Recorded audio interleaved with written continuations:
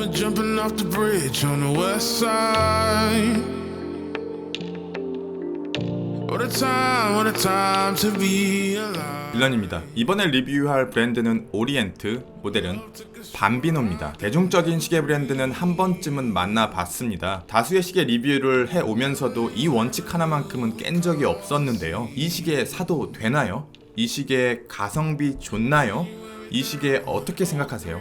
이런 질문들에 대해서 속 시원하게 해답을 드린 적이 없습니다. 모든 사람의 입맛이 다르듯이 시계의 취향도 모두가 다를 거라 생각해요. 그렇기 때문에 시계의 구매는 시계를 바라보는 시각과 그것을 바탕으로 스스로가 도출해낸 일정한 기준을 통해서 조금씩 만들어져야 한다고 생각하거든요. 타인의 추천에 의해서 별다른 고민 없이 구매하게 된 시계는 결국 시간과 돈의 낭비로 귀결되더라고요. 하지만 이번만큼은 이 원칙을 깨야 할 것 같습니다. 오리엔트 밤비노 조심스럽게 구매를 추천드려 봅니다. 깊이 있는 워치메이커가 만들면서 메스티지 브랜드가 접근하기 어려운 조건들의 합과 완벽한 사이즈에 나쁘지 않은 퀄리티와 오밀조밀한 만듦새, 예쁜 얼굴, 무엇보다도 굉장히 저렴합니다. 지금까지 리뷰했던 시계들을 범주별로 정리해서 보니까 가장 많은 리뷰를 차지하고 있는 시계 범주는 40개로 다이버워치, 두 번째는 28개로 드레스워치입니다. 저는 어쩌면 드레스워치를 좋아하고 있었나봐요. 제가 실물로 보거나 리뷰했던 드레스워치 중에서 좋은 의미로 기억에 남는 모델은 몇 개가 있습니다. 파텍 필립 5227R.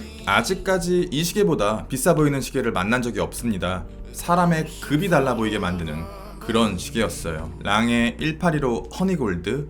이 시계는 즐거운 시계 생활을 하고 있던 저에게 일종의 회의감을 들게 해줬습니다. 제가 인지하지 못하고 있던 영역에 대한 충격이 너무 크게 다가와서 제가 갖고 있던 시계들이 보잘것없게 느껴지는 그런 시계였어요. 글라시대 오리지널 파노매틱 루나. 이 시계는 최근에 광고를 받아서 진행했었는데요. 제가 갖고 있는 그 가격대가 보여주는 고정관념을 부셔버린 그런 시계였습니다. 오메가 1948 스몰 세컨즈. 이 시계는 최근에 다니엘 크레이크가 넷플릭스 글래스 어니언에 차고 나오면서 한 번 더 인지하게 된 시계인데요. 오메가는 가끔 이렇게 뜬금없는 명작들을 만들어줍니다. 그런데 그 당시에는 그것이 명작인지 인지하지 못하는 경우가 많아요. 시간이 지나서 뒤돌아 봤을 때 그때 그걸 왜 안 샀을까 후회하는 경우가 다반사입니다. 그랜드 세이코 SBGW231 1000만원 아래에서 이것보다 더 완벽한 드레스워치는 없다고 생각해요. 노머스 175주년 한정판 레커와 에나멜은 가격대뿐만 아니라 그 고급스러움도 완전히 다르거든요. 제가 알기로 노머스가 레커를 에나멜로 표기하면서 욕을 먹었던 걸로 기억해요. 그런데 화이트 레커 다이얼을 이 정도 가격대로 뽑아주는 브랜드가 거의 없어요. 곰곰이 생각해보니까 시계 브랜드 사이에는 브랜드 간에 서로 넘지 말아야 할 선이 존재하는 것처럼 느껴지더라고요. 특히 드레스워치 분야에서는 그것이 더욱더 철저하게 지켜지는 듯해서 애호가 분들이 선호하는 조건들을 두루두루 갖춘 클래식한 드레스워치는 정말 보기 쉽지 않습니다. 글래스는 도톰한 곡류를 갖고 있는 미네랄 소재입니다. 조금 더 대중성을 갖기 위해서는 사파이어가 낫지 않았을까라고 생각되기도 하지만 미네랄과 사파이어, 제게 선택권이 있었다면 돈을 더 주고서라도 미네랄 글래스를 선택할 것 같습니다. 사파이어 글래스와는 다르게 미네랄은 측면에서도 훌륭한 가독성을 보여주고 부드러운 크림색 다이얼의 색감과 따뜻한 미네랄의 감성이 되게 잘 어울린다고 생각해요. 시계에 관심이 생겼을 때 주변에 시계를 좋아하는 지인들에게 물어보면요, 아마 대다수는 이렇게 대답할 겁니다.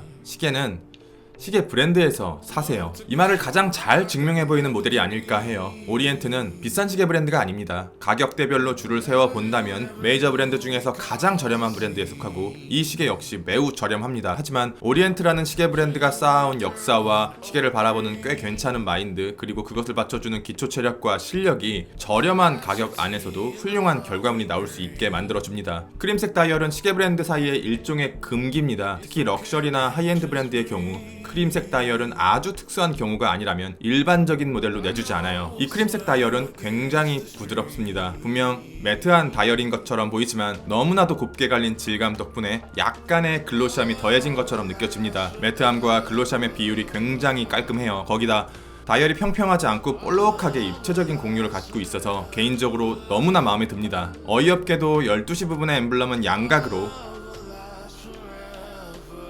브랜드명과 6시 부분의 워터 레지스턴트는 꽤 훌륭한 퀄리티로 프린팅되어 있습니다.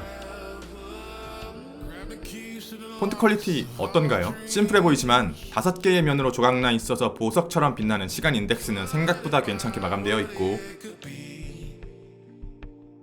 그 사이를 채우고 있는 분 인덱스는 제자리를 잘 지키고 있습니다. 정면에서 보았을 때 핸즈는 조금 어둡게 보이지만 빛을 다량으로 투과시킨다면 투명한 느낌의 푸른빛의 핸즈가 본 모습을 드러냅니다.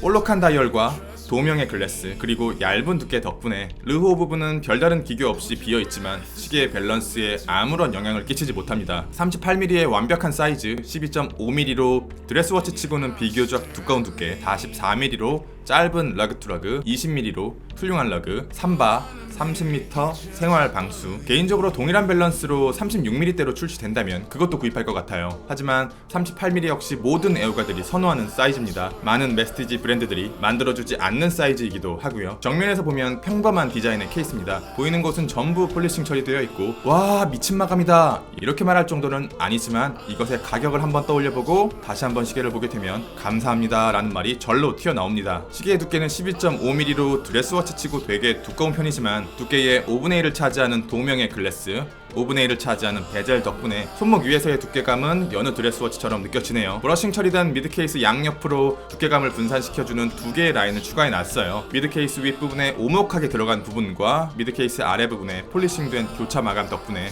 육안으로는 되게 얇은 시계로 착각하게 만듭니다. 시계를 뒤집어보면 오픈된 무브먼트를 볼 수 있습니다. 한 가지 특이한 건 케이스백 위에 적혀져 있는 브랜드명이 오리엔트가 아닌 오리엔트를 지배하고 있는 모기업인 앱손입니다.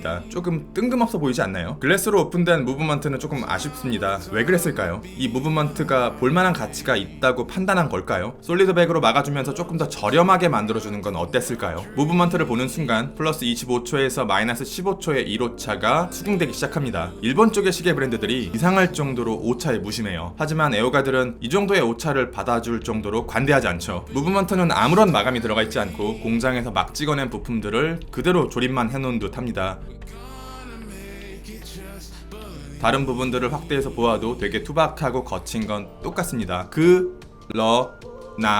이 시계의 가격대를 생각해 본다면 못 본 척 넘어가줘야 할 것 같아요. 무브먼트는 인하우스 무브먼트 F6724입니다. 40시간의 파워 리저브를 갖고 있고 오리엔트에서 자체 제작하는 인하우스 무브먼트긴 하지만 널리 보급되고 있는 범용 무브먼트인 세이코 NH 계열이나 시티즌의 미오타 8000번대와 비슷한 수준으로 알려져 있습니다. 무브먼트의 와인딩감은 마감에서 추측할 수 있듯이 좋지 않습니다. 조금 무미건조하게 돌아가는데요. 부품이 갈리거나 뻑뻑하거나 소위 말해서 기분 나쁜 와인딩 감각에 속하지는 않지만 와인딩이라는 행위 자체를 즐길 정도로 좋지는 않습니다. 로터가 움직이면서 약간의 소음이 발생하는데요. 시티즌의 미오타 시리즈나 태그 호이어의 호이어 공이처럼 쇠가 갈리는 기분 나쁜 소리는 아니고 꾸액꾸액 마치 새끼오리가 우는 소리처럼 들립니다.